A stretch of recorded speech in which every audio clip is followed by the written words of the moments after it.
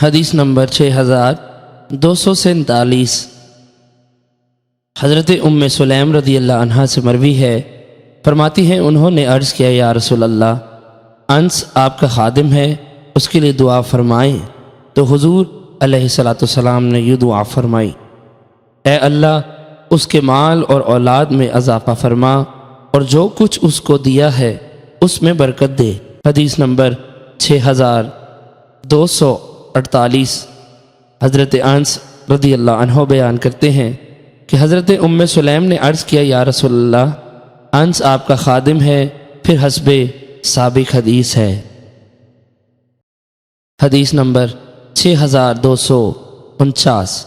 امام مسلم رحمۃ اللہ علیہ نے اس حدیث کی ایک اور سند بیان کی ہے۔ حدیث نمبر 6250۔ حضرت انس رضی اللہ عنہ فرماتے ہیں نبی اکرم صلی اللہ علیہ وسلم ہمارے ہاں تشریف لائے اور اس وقت گھر میں میری ماں اور میری خالہ حضرت ام حرام رضی اللہ عنہم تھی۔